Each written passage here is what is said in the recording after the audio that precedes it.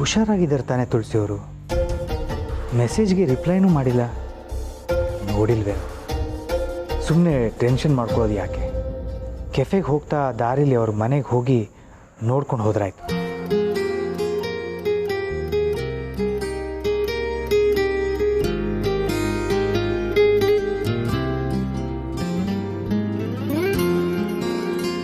ನಮ್ಮ ಮಧ್ಯೆ ಗ್ಯಾಪ್ ಇರ್ಬೋದು ಹಬಿ, ಆದರೆ ನಿನ್ನೆ ದೀಪಿಕಾ ಎದುರಲ್ಲಿ ನೀನು ಪೂರ್ಣಿಪರ ಮಾತಾಡ್ದೆಯಲ್ಲ, ಆಗಲೇ ಅನಿಸ್ತು ನನ್ನ ತಮ್ಮ ಮೆಚ್ಯೂರ್ ಆಗಿ ಬಿಹೇವ್ ಮಾಡ್ತಿದ್ದಾನೆ ಅಂತ. ನಮ್ಮ ಮಧ್ಯೆ ಡಿಸ್ಟೆನ್ಸ್ ಬೇಡ ಅಂತ ನಾನೇ ಮುಂದಾಗಲಿ ಇವನ ಜೊತೆ ಮಾತಾಡಲ್ಲ.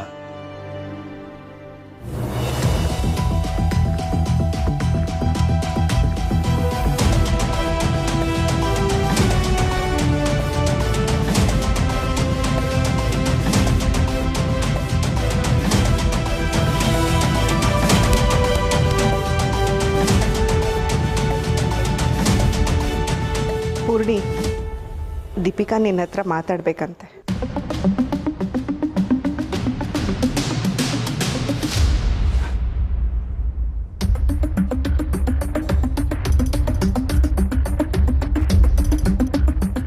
ನಿನ್ನೆ ನಾನು ಹಾಗೆ ಮಾತಾಡಬಾರ್ದಾಗಿತ್ತು. ಪರ್ಸ್ನಲಾಗಿ ಅಟ್ಯಾಕ್ ಮಾಡಿಬಿಟ್ಟೆ. ಐ ಆಮ್ ರಿಯಲಿ ಸಾರಿ.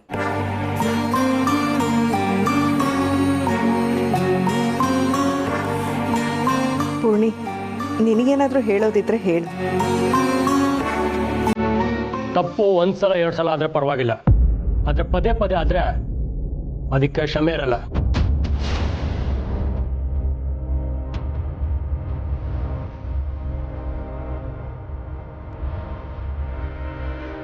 ಇನ್ಮೇಲೆ ಹೀಗಾಗಲ್ಲ.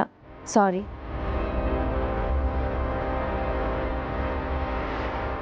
ಪರವಾಗಿಲ್ಲ ದೀಪಿಕಾ, ಬಾ ಕೂತ್ಕೋ, ತಿಂಡಿ ತಿನ್ನು ಎಲ್ಲರ ಜೊತೆ.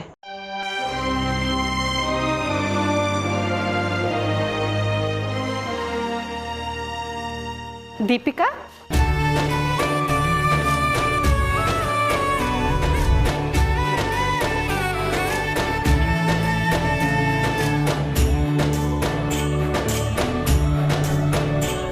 ನಾವು ದುಬೈಯಿಂದ ವಾಪಸ್ ಬಂದ್ವಿ. ದೀಪು ಮನೇಲಿಲ್ಲ ಅಂದರೆ ಬೇಜಾರು, ಅದಕ್ಕೆ ಕರ್ಕೊಂಡು ಹೋಗೋಣ ಅಂತ ಬಂದ್ವಿ.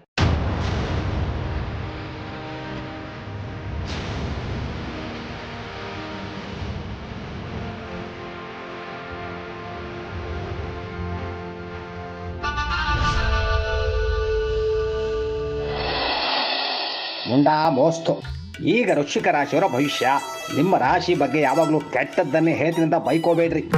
ಇವತ್ತು ನಿಮ್ಮ ಭವಿಷ್ಯದಲ್ಲಿ ಒಳ್ಳೆಯದೇ ಇದ್ದರೂ ನಿಮ್ಮ ಮನೆಯಲ್ಲಿರೋರ ಭವಿಷ್ಯ ನೆಟ್ಕಿಲ್ಲ ನೋಡಿ. ಅದರಲ್ಲೂ ಮನೇಲಿ ಹೆಣ್ಮಕ್ಳಿದ್ರೆ ಹುಷಾರಾಗಿರಿ. ಮುಂಡಾ ಮೋಸ್ತು. ಯಾಕಂದರೆ ಈಗಿನ ಕಾಲದಲ್ಲಿ ಹೆಣ್ಮಕ್ಳನ್ನ ಕಂಟ್ರೋಲ್ನಲ್ಲಿ ಇಟ್ಕೊಳ್ಳೋದು ತಪ್ಪು, ಇಟ್ಕೊಳ್ದೇ ಇದ್ರೂ ತಪ್ಪು.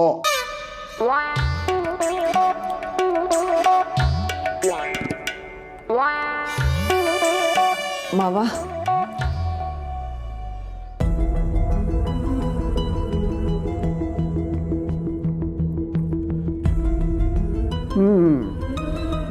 ಸವಾರಿ ಎಲ್ಲೋ ಹೊರಟಾಗಿದೆ. ಇವತ್ತೊಂದು ದಿವಸ ರೆಸ್ಟ್ ತಗೊಂಡ್ರೆ ಆಗ್ತಾ ಇರಲಿಲ್ವೋ? ಅದು ಮಾವ, ಸ್ವಲ್ಪ ಆಚೆ ಹೋಗ್ಬೇಕಾಗಿತ್ತು. ಹೋಗಿ ಬರಲಾ? ಮೊನ್ನೆ ಹೀಗೆ ಹೋಗಿ ಬಂದಿದ್ದಕ್ಕೆ ತಾನೇ ಸಮಸ್ಯೆ ಆಗಿದ್ದು. ನಿನಗೇನಾದರೂ ಬೇಕು ಅಂತಂದರೆ ಕೇಳು, ನಾನು ಸೋಗ್ಲಾಡಿನೋ ಹೋಗಿ ತಗೊಂಡು ಬಂದು ಕೊಡ್ತೀವಿ. ಹಣ್ಣು ತರಕಾರಿನೋ ಬೇಕು ಅಂತಂದರೆ ದಂಡ ಪಿಂಡ ಕೇಳು, ಅವನು ತಂದು ಕೊಡ್ತಾನೆ. ಇಲ್ಲ ಮಾವ, ಅದು ಅಮ್ಮ, ನಂಗೆ ಹೊರಗೆ ಸ್ವಲ್ಪ ಕೆಲಸ ಇದೆ, ಹೋಗಿ ಬರ್ತೀನಿ.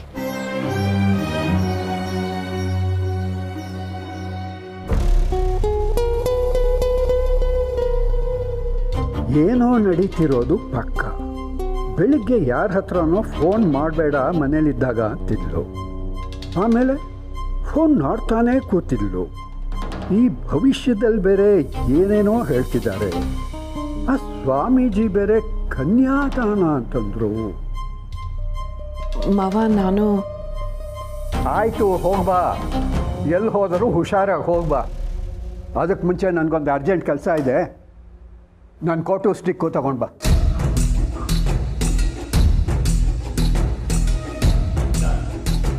ಈ ಓಡ್ ಬಂದವಳು ಏನೋ ಕಿತಾಪತಿ ಮಾಡ್ತಾ ಇದ್ದಾಳೆ. ಈಗಲೇ ಏನು ಅಂತ ತಿಳ್ಕೊಳ್ದೆ ಹೋದರೆ ಮುಂದಕ್ಕೆ ಅಪಾಯ ಗ್ಯಾರಂಟಿ.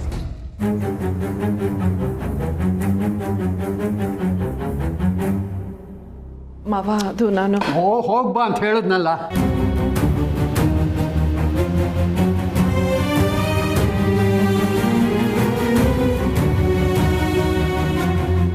ಇದಕ್ಕಿದ್ದಂಗೆ ಏನಾಯ್ತು ಇವ್ರಿಗೆ? ನಾನು ಎಲ್ಲಿ ಹೋಗ್ತೀನಿ ಅಂತಲೂ ಹೇಳೋಕ್ಕಾಗ್ಲಿಲ್ವಲ್ಲ. ಬನ್ನಿ ವನಜ ಅವರೇ. ಬೇಡ, ನನ್ನ ತಿಂಡಿ ಆಯಿತು. ಆ್ಯಕ್ಚುಲಿ ಮನೆಯವ್ರು ಆಚೆ ವೆಯ್ಟ್ ಮಾಡ್ತಿದ್ದಾರೆ, ಮೀಟಿಂಗ್ ಹೋಗ್ಬೇಕಂತೆ. ಅದಕ್ಕೆ ನಾವು ಹೊರಟ್ಬಿಡ್ತೀವಿ, ಇನ್ನೊಂದು ದಿನ ಬರ್ತೀವಿ, ಸರಿನಾ? ಅಲ್ಲ, ಮನೆಯವ್ರಿಗೂ ಬಂದು ಹಾಗೆ ಹೋಗ್ತಿದ್ದೀರಾ? ಮಾಧವ್ ಅವರೇ, ಇನ್ನು ಮುಂದೆ ಬರೋದು ಹೋಗೋದು ಎಲ್ಲ ಇದ್ದೇ ಇರುತ್ತೆ. ದಯವಿಟ್ಟು ತಪ್ಪು ತಿಳ್ಕೊಬೇಡಿ.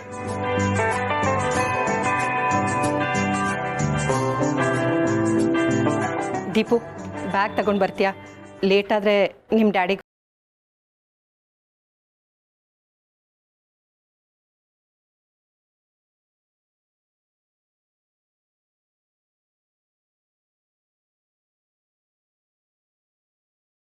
ಕರ್ಕೊಂಡು ಹೋಗೋಕೆ ಬಂದಿದ್ದಾರೆ ಅಂದರೆ ಶಾರ್ವರಿಯತ್ತೇನೆ ಏನೋ ಮಾಡಿರಬೇಕು.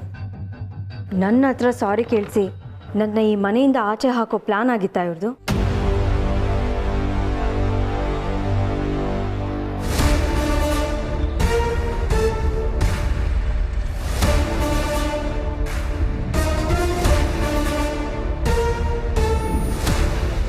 ವನಜ ಅವರೇ, ಬನ್ನಿ ಕೂತ್ಕೊಳ್ಳಿ. ಪರವಾಗಿಲ್ಲ. ಅಂದಹಾಗೆ ಮಾಧವ್ ಅವರೇ, ನನ್ನ ಮಗಳು ನಿಮ್ಮ ಮನೆಗೆ ಚೆನ್ನಾಗಿ ಹೊಂದ್ಕೊಂಡಿದ್ಲು ಅನ್ಕೋತೀನಿ. ಅವಳಿಂದ ನಿಮ್ಗೆ ಯಾವ ತೊಂದರೆನೂ ಆಗಿಲ್ಲ ತಾನೆ?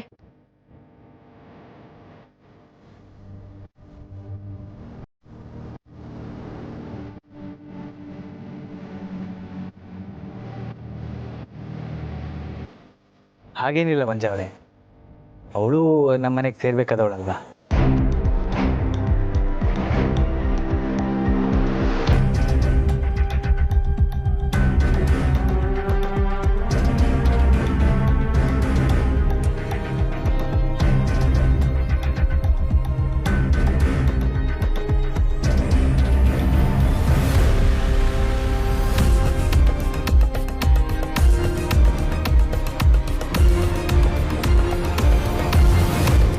ಬರ್ತೀನಿ.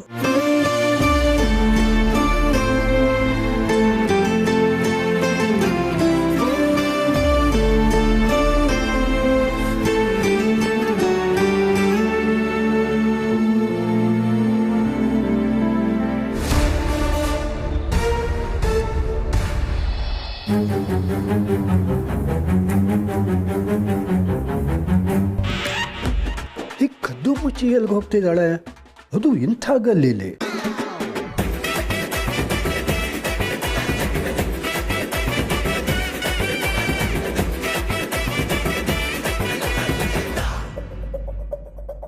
ಯಾರು ಭೇಟಿ ಮಾಡಕ್ಕೆ ಬಂದ್ಲ? ಅಲ್ಲ, ಇಂಥ ಗಲ್ಲಿನಲ್ಲಿ ಯಾರಿದ್ದಾರೆ ಭೇಟಿ ಮಾಡೋದಕ್ಕೆ? ನಂಗೆ ಗೊತ್ತಿಲ್ಲದೆ ಇರೋದು ಇಲ್ಲೇನೋ ನಡೀತಾ ಇದೆ. ಕನ್ಯಾದಾನದ ಯೋಗ ಅಂತ ಬೇರೆ ಹೇಳಿದ್ದಾರೆ ಆ ಗುರೂಜಿ.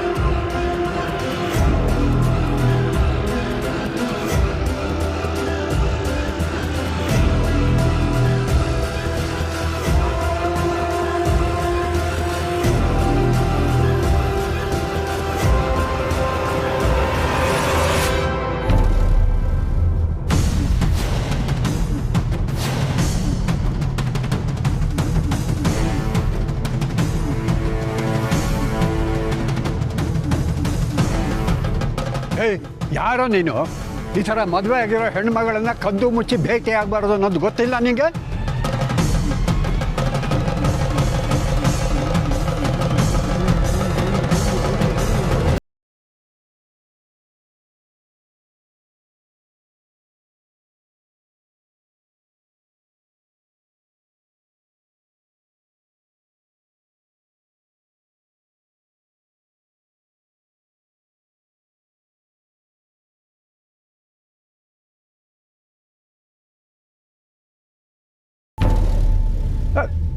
ನೀನು ಈ ಓಡ್ ಹೋದವಳ ಗಂಡ ಪ್ರಸಾದ ಅಲ್ವೇನೋ?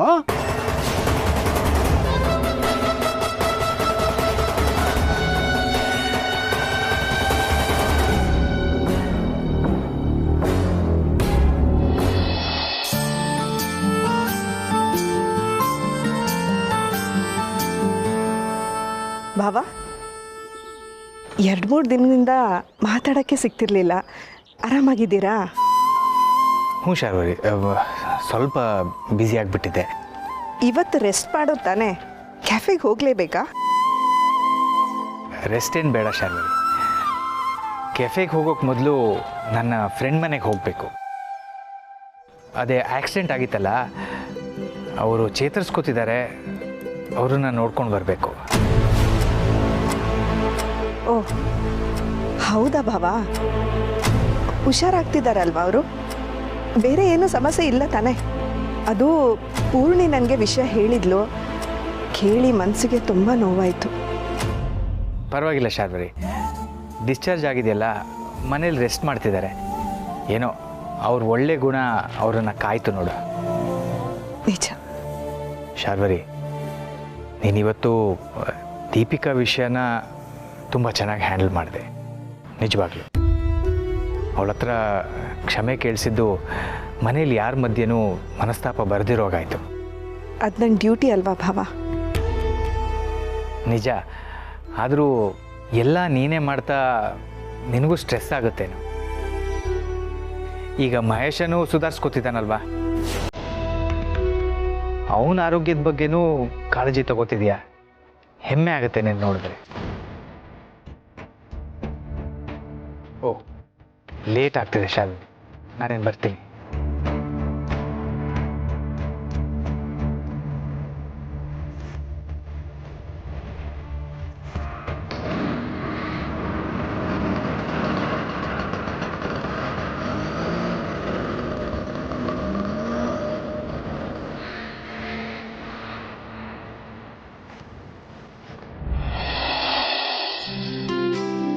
ಹಾಂ ಮಂಥನ್, ಡೆವಲಪ್ಮೆಂಟ್ಸ್ ಎಲ್ಲಿವರೆಗೂ ಬಂತು?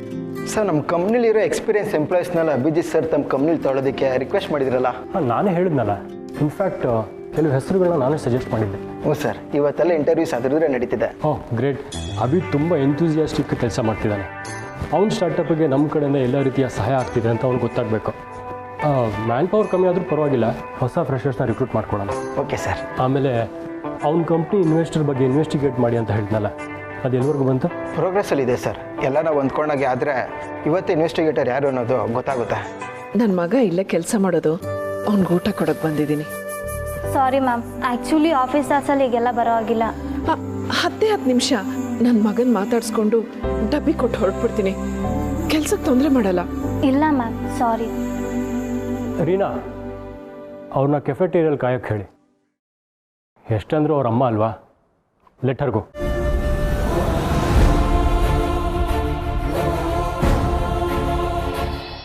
ಮ್ಯಾಮ್, ನಿಮ್ಮ ಮಗ ಅಂತ ಹೇಳಿದ್ರಲ್ಲ, ಅವ್ರ ಹೆಸರೇನು? ಸಮರ್ಥ ಅಂತ. ಓಕೆ. ಆ್ಯಕ್ಚುಲಿ ಅವ್ರು ಇವತ್ತು ಇಂಟರ್ವ್ಯೂನಲ್ಲಿ ಬ್ಯುಸಿ ಇದ್ದಾರೆ ಅನ್ಸುತ್ತೆ. ನೀವು ಕೆಫೆಟೇರಿಯಾದಲ್ಲಿ ಕಾಯ್ತೀರಿ, ನಾನು ಊಟದ ಟೈಮಲ್ಲಿ ಅವರನ್ನು ಅಲ್ಲಿಗೆ ಕಳಿಸ್ಕೊಡ್ತೀನಿ. ತುಂಬ ಧನ್ಯವಾದ.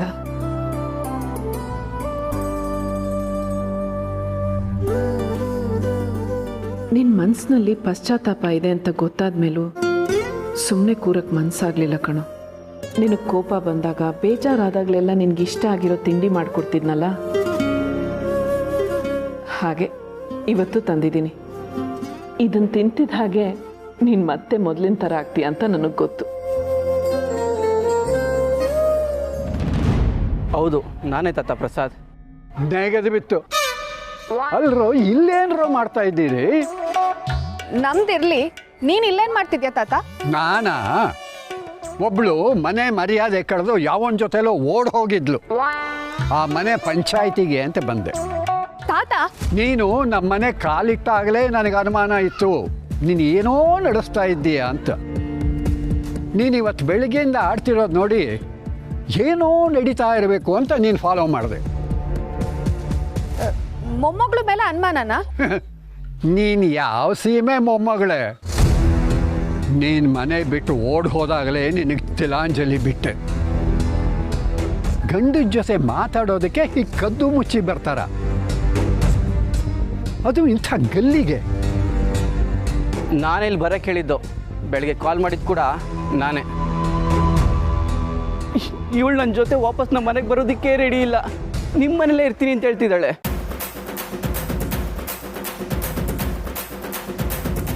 ನಾನು ಮನೆಗೆ ವಾಪಸ್ ಬಂದರು ನನ್ನ ಜೊತೆ ಮಾತಾಡಿದೆ, ಫೋನ್ ಮಾಡಿದ್ರು ಕಟ್ ಮಾಡ್ತಾ ಇದ್ದಾಳೆ. ಓಹೋ, ವಿಷಯ ಹೀಗಿದೆ ಅನ್ನು. ಎಲ್ಲಿ ನಿನ್ನ ಗಂಡ ಪ್ರಸಾದ್ ಊರಿಗೆ ಬಂದಿದ್ದಾನೆ ಅಂತ ಗೊತ್ತಾದರೆ ನಾನು ನಿನ್ನನ್ನು ಮತ್ತೆ ಗಂಡನ ಮನೆಗೆ ಕಳಿಸ್ತೀನೋ ಅಂತ ಹೆದರ್ಕೊಂಡು ಹೀಗೆ ಕದ್ದು ಮುಚ್ಚಿ ಭೇಟಿಯಾಗೋಕೆ ಬಂದಿದ್ದೀಯಾ?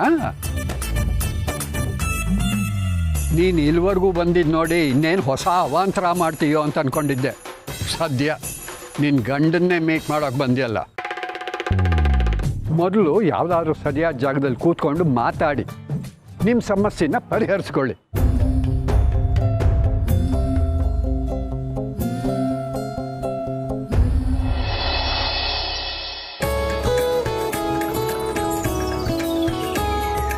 ಏನು ಸಮರ್ಥ್, ಇಂಟರ್ವ್ಯೂಗೆ ರೆಡಿ ಆಗ್ತಿದ್ದೀರಾ? ಊರಾಗು ತುಂಬ ಟೆನ್ಷನ್ ಆಗ್ತಾ ಇದೆ. ಟೆನ್ಷನ್ ಯಾಕಪ್ಪ, ನಮ್ಮ ಪ್ರಾಜೆಕ್ಟು ಇಷ್ಟು ಚೆನ್ನಾಗಿ ನಡೀತಿರೋದಕ್ಕೆ ಕಾರಣನೇ ನೀವು. ಸೊ ನಿಮ್ಮನ್ನು ಸೆಲೆಕ್ಟ್ ಮಾಡೇ ಮಾಡ್ತಾರೆ, ಡೋಂಟ್ ವರಿ. ಏನೋ ನೀನು ಹೇಳ್ದಾಗಾದರೆ ಸಾಕು. ಆಗುತ್ತೆ, don't worry. All the best. Thank you.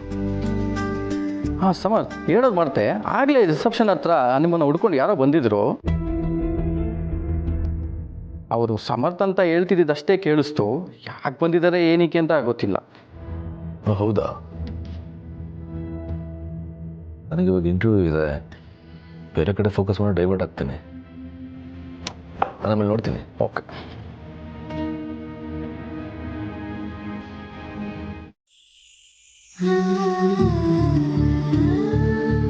ನಮ್ಮ ಪಾಪು ಇಷ್ಟು ದೊಡ್ಡ ಆಫೀಸಲ್ಲಿ ಕೆಲಸ ಮಾಡ್ತಾನೆ ಅಂತ ನೋಡೋದ್ರೇ ಹೆಮ್ಮೆ ಆಗತ್ತೆ. ಅಲ್ಲ, ನಾನು ಅವ್ನಿಗೆ ಕೇಳ್ದೆ ಬಂದ್ಬಿಟ್ಟಿದ್ದೀನಿ. ಅವನೇನಾದರೂ ಕೋಪ ಮಾಡಿಕೊಂಡ್ರೆ? ಕೋಪ ಯಾಕೆ ಮಾಡ್ಕೋತಾನೆ? ಎಲ್ಲ ಅವನಿಗಿಷ್ಟ ಆಗಿರೋದೇ ತಂದಿದ್ದೀನಲ್ಲ. ಪಾಪುದು ಊಟದ ಟೈಮ್ ಆಗೇ ಹೋಯ್ತು.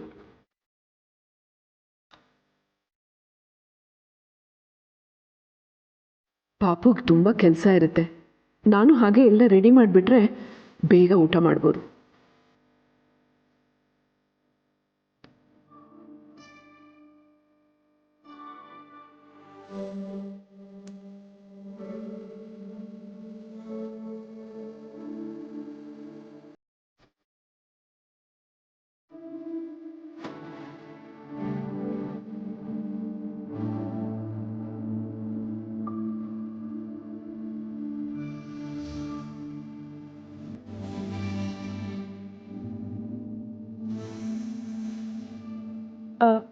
ನೀರೆಲ್ಲಿದೆ?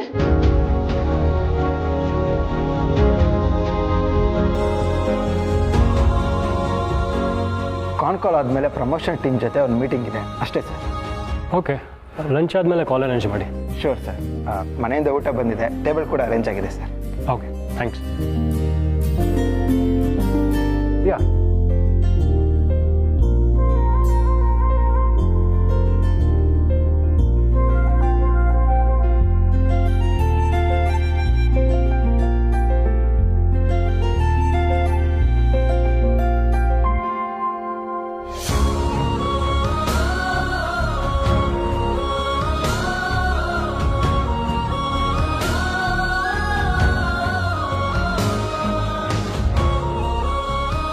ಇದೇನಿದು, ಇವತ್ತು ಮನೇಲಿ ಇಷ್ಟು ಡಿಫ್ರೆಂಟಾಗಿ ಅಡುಗೆ ಮಾಡಿದಾರಲ್ಲ. ಇಂಥ ಡಿಫ್ರೆಂಟ್ ಆಗಿರೋ ಊಟ ತಿಂದು ಎಷ್ಟೋ ವರ್ಷನೇ ಆಗಿತ್ತು. ಅಷ್ಟು ಟೇಸ್ಟಿಯಾಗಿದೆ. ಇನ್ಮೇಲೆ ದಿನ ಹೀಗೆ ಮಾಡಿ ಅನ್ಬೇಕು ಪಾಪಮ್ಮನಿಗೆ.